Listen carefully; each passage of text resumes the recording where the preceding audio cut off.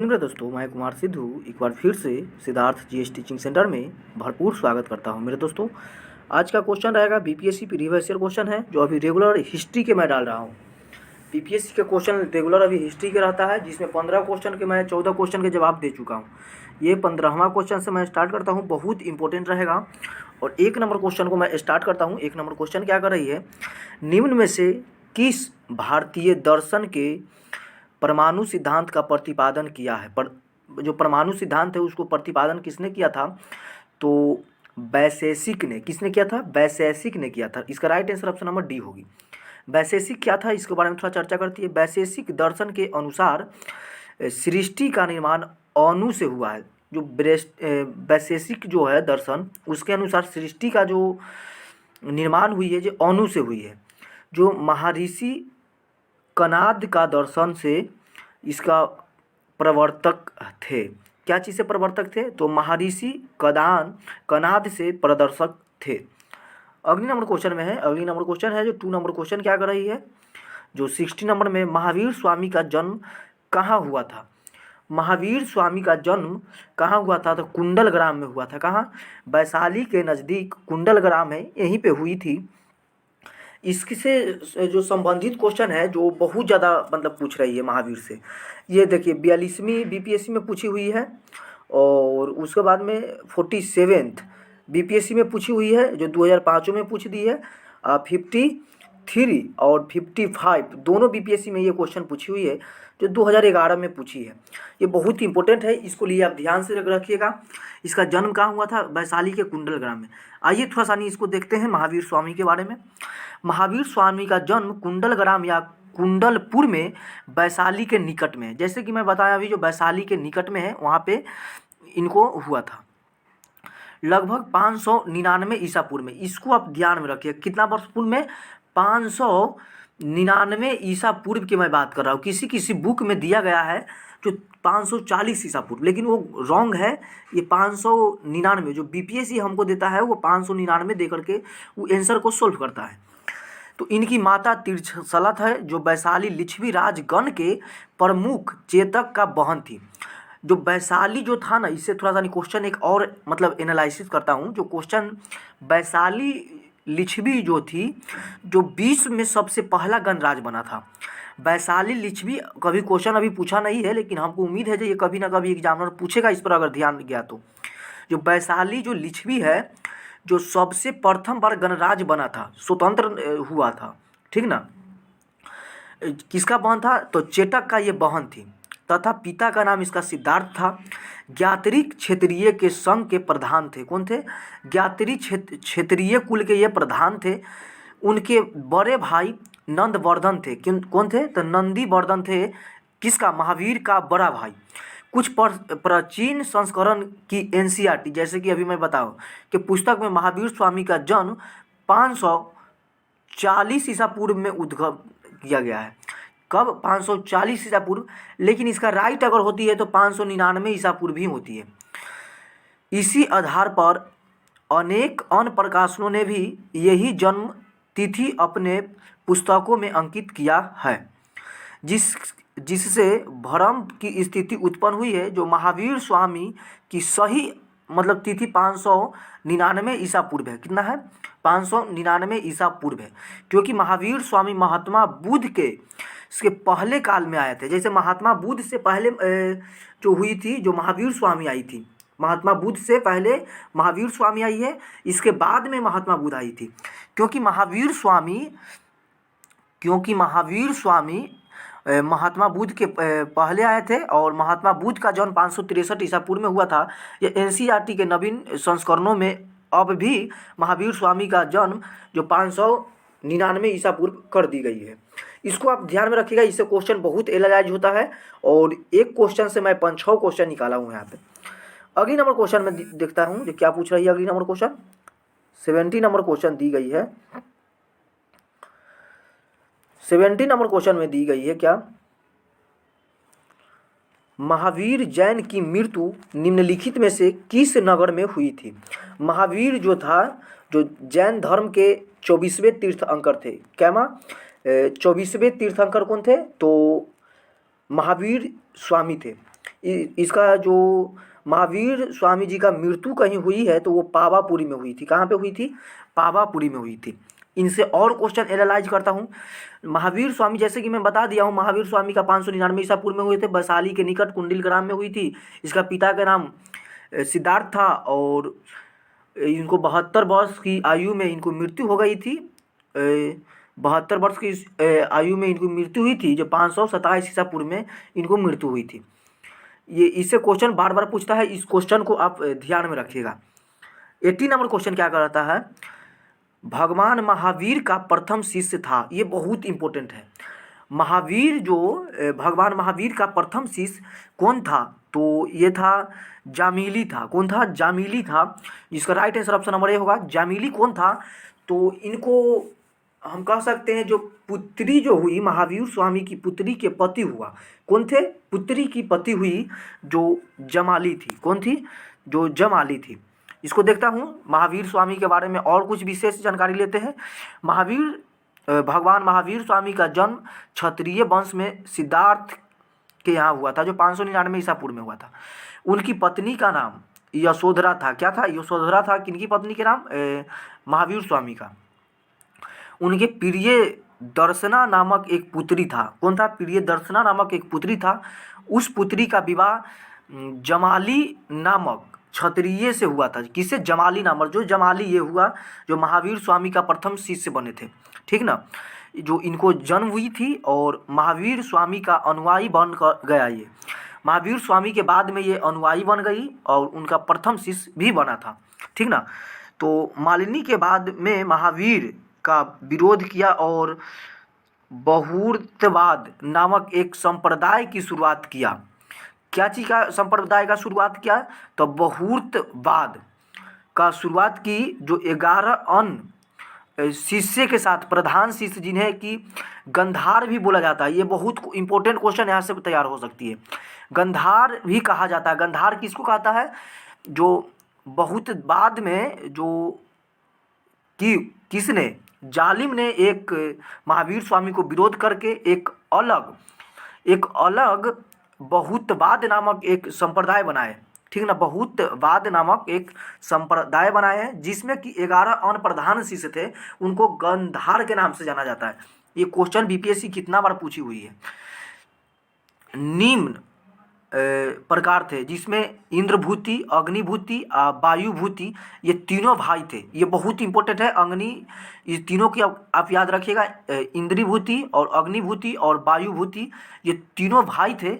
अर्थव्यस्त एक थे और एक सुधमर्न थे, एक मणिडर्क, एगो पुत्र और मौरपुत्र, अकिंतिक और अचल, मैत्रेय तथा प्रभास। ये क्या चीज़ था? तो गंधार का ये 11 लोग थे, जो मिलकर के एक गंधार का निर्माण की थी।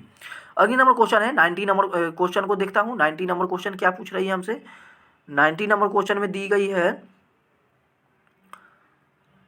90 नंबर क्वेश्चन हमसे पूछ रही है,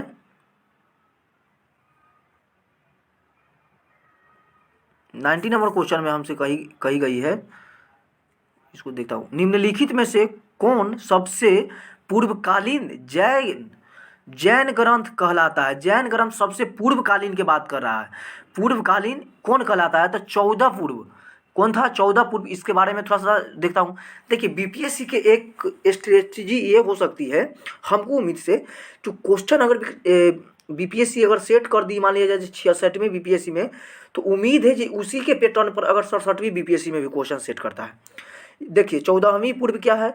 14वीं पूर्व प्राचीनतम जैन ग्रंथ है। क्या है? 14वीं पूर्व जो प्राचीनतम जैन ग्रंथ है, जो अंतिम नंद राजा के समय, इसको देखिएगा, अंतिम कौन था? नंद राजा के समय संप्रभुत्व विजय तथा भद्रबाहु संघ के अध्यक्ष थे, तथा ये महावीर द्वारा प्रदत्त 14वें पूर्व के समय में जानने वाला अंतिम व्यक्ति था, जो 12 अंग और जैन सिद्धांत के संकलन प्रथम जैन सभा का भी किया था। प्रथम जैन सभा भी किया था, जो 14 पूर्वों के विषय में मैं चर्चा कर रहा हूँ। ये बहुत इंपॉर्टेंट है। इसको देखता हूँ। ऑप्शन नंबर सी इसका राइट आंसर होगी।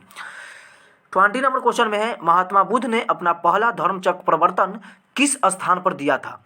तो इस सारनाथ में दिया था। कहाँ पे दिया था? महात्मा बुद्ध की बात कर रहा हूँ। जो वहाँ के आनंद भी था, जो इनको शिष्य हुई बाद में, और ये पहला धर्मचक्र प्रवर्तन अगर कहीं दी है तो वो सरनाथ में, जो सरनाथ यूपी में पड़ती है। इनको महात्मा गांधी के बारे में कुछ जानकारी मैं प्राप्त करता हूँ। महात्मा गांधी जी के बारे में क्या बोल रही है इसमें। महात्मा गांधी जी के बारे में देखता हूँ,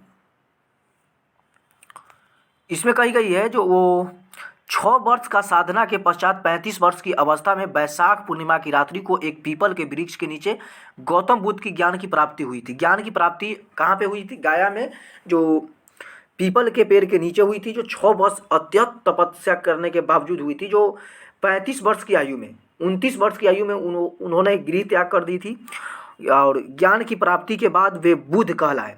इनका बचपन के नाम सिद्धार्थ था, और सिद्धार्थ था इनको बचपन के नाम, और महावीर स्वामी का पिता के नाम सिद्धार्थ था। तो इससे आप कन्फ्यूज मत होइएगा, दोनों अलग अलग है, उनको पिता अलग है, और महात्मा गांधी जी गौतम बुद्ध ये अलग है, ठीक ना।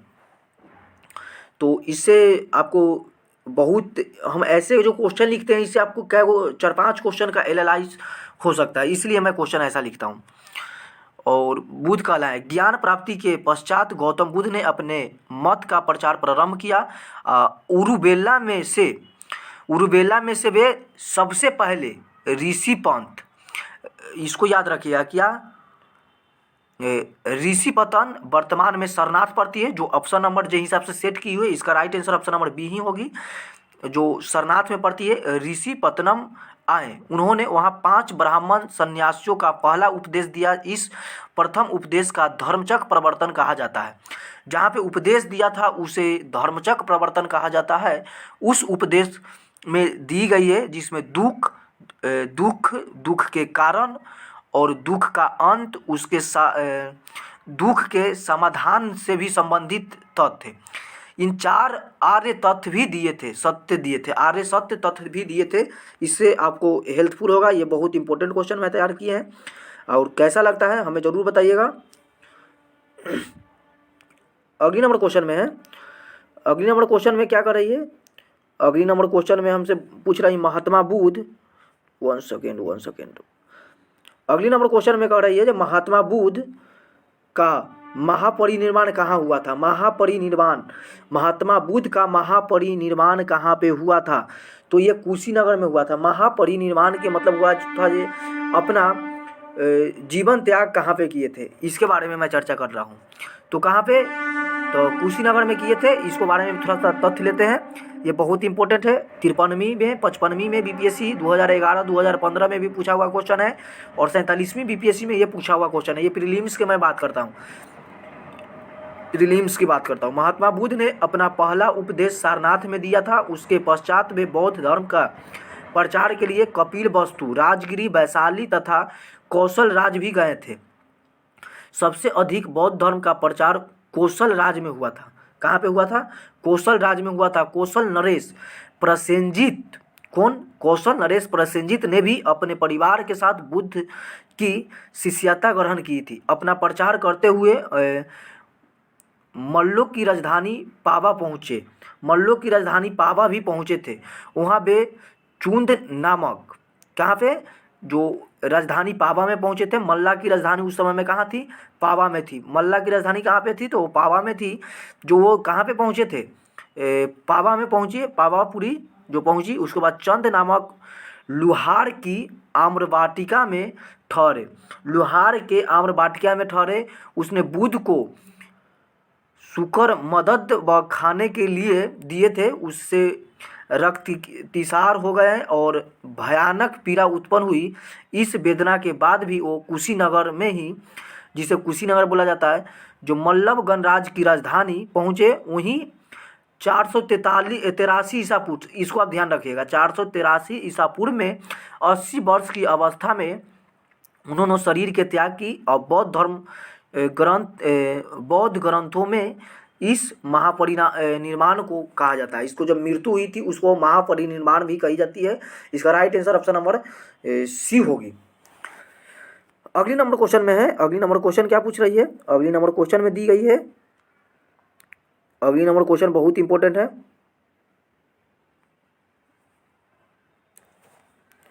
त्रिपिटक किसकी धार्मिक ग्रंथ है? त्रिपिटक, तो त्रिपिटक जो है जो बौद्ध ग्रंथ से, किससे है? त्रिपिटक।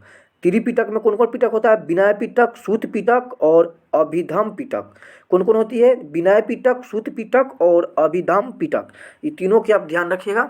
इसके बारे में थोड़ा सा नहीं, पिटक के बारे में चर्चा करता हूँ। त्रिपिटक बौद्ध धर्म के ग्रंथ का सर्वाधिक महत्वपूर्ण है। बुद्ध के मृत्यु के बाद उनकी शिक्षाओं का संकलित कर 3 भागों में बांट दिया गया।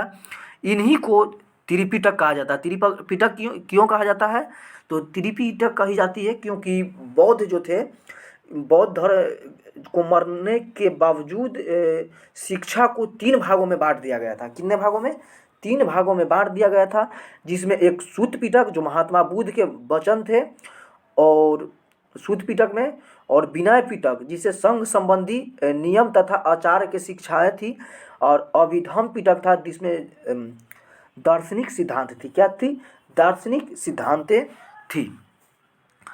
अगली नंबर क्वेश्चन में है 30 नंबर क्वेश्चन क्या है? 30 नंबर क्वेश्चन में दी गई है जो त्रिरत्न या 3 रत्न जैसे सटीक ज्ञान, सच्ची आस्था और सटीक क्रिया निम्न में से किससे संबंधित है? तो ऑप्शन नंबर ए में है बौद्ध धर्म, हिंदू धर्म, ए में है बौद्ध धर्म, बी में है हिंदू धर्म, और सी में है जैन धर्म, और डी में ईसाई धर्म। तो इसका right answer option number C होगी, जो जैन धर्म से है। क्या चीज़ है? जैन धर्म से प्रचलित है। जैन धर्म के बारे में फिर से एक बार चर्चा करता हूँ। जैन धर्म के मोक्ष के लिए 3 साधन आवश्यक बताए गए हैं।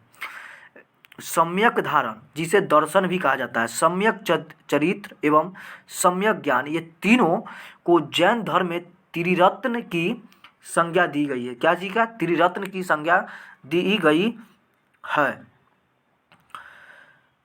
24वीं नंबर क्वेश्चन में क्या पूछ रही है? निम्नलिखित में से कौन सी बात बौद्ध धर्म तथा जैन धर्म में सम्मान नहीं है? पूछ रही है सम्मान नहीं है, तो आत्मदमन की बात दोनों में नहीं की गई है। आत्मदमन, इसका right answer option number C होगी। इसको बारे में, आत्मदमन के बारे में फिर से एक बार चर्चा करता हूँ। आइए अपना अगला स्लाइड पे।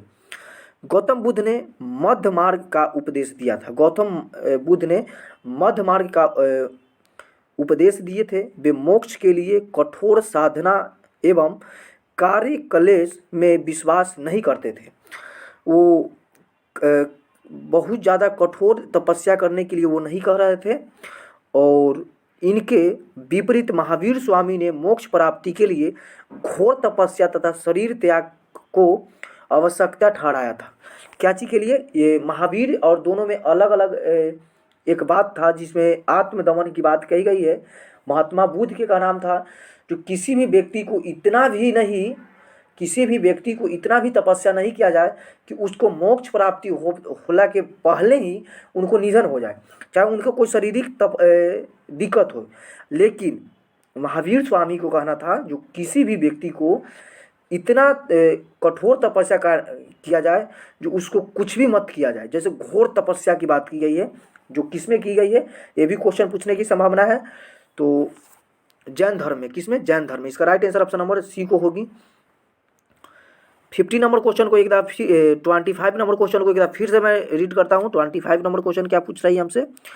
25 नंबर क्वेश्चन में दी गई है जो बोध गया में बोधि वृक्ष अपने वंश की इस पीढ़ी का है। इसका बहुत इंपॉर्टेंट प्रश्न है, इसको फिर से एक बार देखेंगे। जो बोध गया में बोधि वृक्ष जो है जो अपने वंश की इस पीढ़ी का है, तो किस पीढ़ी का है? तृतीयक, ऑप्शन नंबर ए में है तृतीय, बी में है चतुर्थ, और सी में है पंचम, और डी में है षष्टम। तो इसका right answer option number C होगी, जो पंचम होगी। क्या होगी? पंचम होगी। इसके से फिर से एक बात करता हूँ इसको बारे में, जो बौद्ध धर्म से ही संबंधित है। महाबोधि मंदिर स्थित वर्तमान बोधि वृक्ष वह नहीं है जिसके नीचे बैठकर महात्मा बुद्ध ने ज्ञान की प्राप्ति की थी। उसे हेनसांग के अनुसार उस मूल वृक्ष को 7वीं शताब्दी में सम्राट शशांक ने नष्ट कर दिया था। जो अभी है वो नहीं था, इससे पहले सम्राट शशांक ने उसे नष्ट कर दिया था। किसके अनुसार? हेनसांग के अनुसार। ये चीनी यात्री थे हेनसांग। इसके बारे में फिर से आगे चर्चा करता हूँ। इसके बाद इस स्थान पर 2 और वृक्ष रोपण हुए और नष्ट हुए। वर्तमान वृक्ष जिसे हम देख रहे हैं वह 5वीं पीढ़ी का वृक्ष है। कैमा पीढ़ी का है? 5वीं पीढ़ी का वृक्ष है, इसीलिए पंचम कहा जाता है। अब समझ में आया क्वेश्चन? इसको बारे में मैं भी नहीं समझ पा रहा था, आज हम समझ पाए हैं इसको। जो वह पंचम पीढ़ी का क्यों है, अगर बढ़िया बढ़िया स्टूडेंट से भी पूछिएगा तो ये शायद वो ना जवाब दे पाएँ। तो इसके आगे मैं चर्चा करता हूँ। जिसे अलेक्जेंडर कनिंघम ने लगवाया था। किसने लगाया था? कनिंघम ने लगाया था। अलेक्जेंडर कनिंघम ने लगाया था। वह वृक्ष पूरी तरह संरक्षित है और केवल इससे गिरी हुई पत्तियों को ही छूने एवं उठाने का अधिकार है। एक अन्य तथ्य के अनुसार यह वृक्ष क्रमशः 2 बार सम्राट अशोक, 1 बार पुष्यमित्र और शुंग, 1 बार और पूर्व बर्मा तथा अंत में कनिंघम द्वारा इसको लगवाया गया था। इसको आप ध्यान में रखिएगा। जरा फिर से इसको मैं पढ़ने का कोशिश करता हूँ। इसमें दिया गया है जो वृक्ष जो लगवाने की तथ्य है, इसका अनुसार क्रमशः 2 बार सम्राट अशोक ने लगाई थी। किसने लगाई थी? अशोक ने लगवाई थी। ये बौद्ध धर्म के अपना लिया था। ये शुरू में तो बहुत ये कठोर निर्णय ले रहे थे, लेकिन बाद में ये धीरे धीरे नरम हो गए और बौद्ध धर्म के ये प्रचार करने लगे थे। कौन? अशोक सम्राट ने। अशोक सम्राट के बाद 1 बार पुष्यमित्र शुंग ने लगाया था। 1 बार कौन लगाया था? पुष्यमित्र शुंग ने लगाया था। 1 बार पूर्ण वर्मा तथा अंत में कनिंघम द्वारा लगाया गया था। कनिंघम भी लगाया था और पूर्व वर्मा भी लगाया था। ठीक ना? तो इसको आप ध्यान में रखिएगा। और यह 6ठी पीढ़ी का वृक्ष है जो बिहार सरकार के पर्यटन विभाग की वेबसाइट पर इसे 5वीं पीढ़ी का बताया गया है। इसको आप ध्यान में रखिएगा मेरे भाई। वहाँ तो 5वीं पीढ़ी है, लेकिन यहाँ पे 6ठी पीढ़ी भी बता रही है हमको। जो 6ठी पीढ़ी है, जो अखनी तत्काल बिहार सरकार के पर्यटक विभाग की वेबसाइट पे दी गई है, तो ये 6ठी पीढ़ी का वृक्ष लगा गया है। तथ्यों को विवाद होने के कारण बिहार लोक सेवा आयोग ने इस प्रश्न को मूल्यांकन से बाहर कर दिया है। बिहार लोक सेवा आयोग ने मूल्यांकन से इसको बाहर कर दिया है, लेकिन अभी भी 5म ही दे रहा है। क्या चीज दे रही है? 5म ही दे रही है। इसको आप ध्यान में रखिएगा। अगले नंबर क्वेश्चन को एक बार फिर से मैं रीड करूँगा। जो क्वेश्चन नंबर होगा 26 नंबर। 26 नंबर क्वेश्चन एक बार फिर से कह रही है क्या? बिहार की गुफा का उपयोग किसने आश्रयगृह के रूप में किया था? बिहार के गुफा का उपयोग किसने आश्रयगृह के रूप में किया था? तो आजीविकाओं ने। किसने? आजीविकाओं ने। आजीविकाओं कौन था? ये मौर्य वंश से संबंधित है। इसको बारे में फिर से एक बार चर्चा करता हूँ। मौर्य युग में वर्तमान गुफाओं को काटकर निवास स्थान बनाने की कला का पूर्ण विकास हुआ है। अशोक तथा उनके पौत्र दशरथ के समय में बराबर तथा नागार्जुन पहाड़ी को काटकर आजीविकाओं के लिए आवास बनाए गए थे। अशोक के समय बराबर पहाड़ी की गुफा में सुदामा की गुफा तथा कर्ण चौपर नामक गुफा सर्वप्रसिद्ध था। कौन था? तो गुफा का नाम इसमें क्या है? तो गुफा एगो कर्ण चौपर नामक गुफा था। क्या था? कर्ण चौपर। एक सुदामा की गुफा थी। कर्ण चौपर एवं सुदामा की गुफा थी। इसको आप ध्यान में रखिएगा। ये किसके द्वारा है? अशोक द्वारा बताई गई है। 27 नंबर क्वेश्चन में है, आजीवक संप्रदाय का संस्थापक थे। आजीवक संप्रदाय के संस्थापक कौन थे? तो मखली गोसाल। जैसे कि यहाँ पे ऊपर में क्वेश्चन दिया गया है आजीविकाओं के, तो आजीविकाओं का संप्रदाय का संस्थापक कौन थे? तो मक्खल, क्या था नाम उसका? मक्खल गोलोसखार था। अगले नंबर क्वेश्चन को फिर से देखता हूँ। मक्खल गोलोसखार के बारे में फिर से देखता हूँ। मक्खल गोलोसखार प्रारंभ में महावीर के शिष्य थे। यहाँ से क्वेश्चन अब प्रारंभ होता है। प्रारंभ में ये क्या था? महावीर का शिष्य था। कौन? मक्खल गोसाल शिष्य थे, किंतु बाद में मतभेद के चलते इन्होंने महावीर का शिष्यता त्याग कर आजीवक नामक स्वतंत्र संप्रदाय की स्थापना की। इसकी मत नियतिवाद कहा जाता है, नियतिवाद कहा जाता है, जिसके अनुसार संसार के प्रत्येक वस्तु भाग्य द्वारा पूर्व नियंत्रित एवं संचालित होता है। क्या होती है? पूर्व संचालित इसको होती है। 28 नंबर क्वेश्चन को एक बार फिर से रीड करता हूँ। 28 नंबर क्वेश्चन बहुत इंपॉर्टेंट है। इससे क्वेश्चन महात्मा बुद्ध से बार बार क्वेश्चन पूछता है एग्जामिनर। पाटलिपुत्र के बारे में इससे चर्चा निकल के आई है। पाटलिपुत्र के बारे में क्या कर रही है? पाटलिपुत्र के संस्थापक कौन थे? पाटलिपुत्र के संस्थापक उदयीन थे। कौन थे? उदयीन थे। ये बहुत इंपॉर्टेंट है। उदयीन जो है, जो पाटलिपुत्र के संस्थापक थे। इससे क्वेश्चन और तैयार हो सकता है। उदयीन जो थे अजात शत्रु के पुत्र थे। कौन थे? उदयीन जो थे, जो अजात शत्रु के पुत्र थे। आगे पढ़ता हूँ, उसको क्या कहता है? पाटलिपुत्र के स्थापना अजात शत्रु के उत्तराधिकार उदयीन ने करवाया था। गंगा और सोन नदी के संगम पर एक किला बनवाया था। इसके मगध साम्राज्य की राजधानी राजगिरी से पाटलिपुत्र स्थानांतरित कर दी गई थी। यह नगर शिशुनाग वंश और नंद वंश और मौर्य वंश की ही राजधानी रही थी। शिशुनाग वंश की राजधानी कहाँ पे रही थी? तो राजगिरी से पाटलिपुत्र स्थानांतरित की गई थी। तो शिशुनाग वंश की राजधानी भी पाटलिपुत्र थी, नंद वंश की राजधानी भी पाटलिपुत्र थी और मौर्य वंश की राजधानी भी पाटलिपुत्र थी। इसको और आगे चर्चा करता हूँ। इसको क्वेश्चन को देखता हूँ। 29 नंबर क्वेश्चन क्या कर रही है? किस शासक द्वारा सर्वप्रथम पाटलिपुत्र का राजधानी के रूप में चयन किया गया था? तो किस? अभी जस्ट बताए हैं, जो उदयीन के द्वारा। हर्यक वंशीय शासक उदयीन या उदयभद्र के शासनकाल की सर्वप्रमुख घटना गंगा एवं सोन नदियों के संगम पर पाटलिपुत्र नगर की स्थापना की गई थी और यहाँ पर भी एक किला के निर्माण की गई थी। उदयीन के द्वारा एक किला के भी निर्माण की गई थी। उसने राजगिरी से इसी नव स्थापित नगर की अपनी राजधानी स्थापित की थी, जिस राजधानी के नाम था पाटलिपुत्र। और ये नंद वंश की भी राजधानी रही थी और शिशुनाग वंश की भी राजधानी कहाँ थी? तो पाटलिपुत्र थी। और मौर्य वंश की जो भी राजधानी थी, जो पाटलिपुत्र थी। इसके चर्चा फिर से एक बार करता हूँ। 30 नंबर क्वेश्चन क्या पूछ रही है हमसे?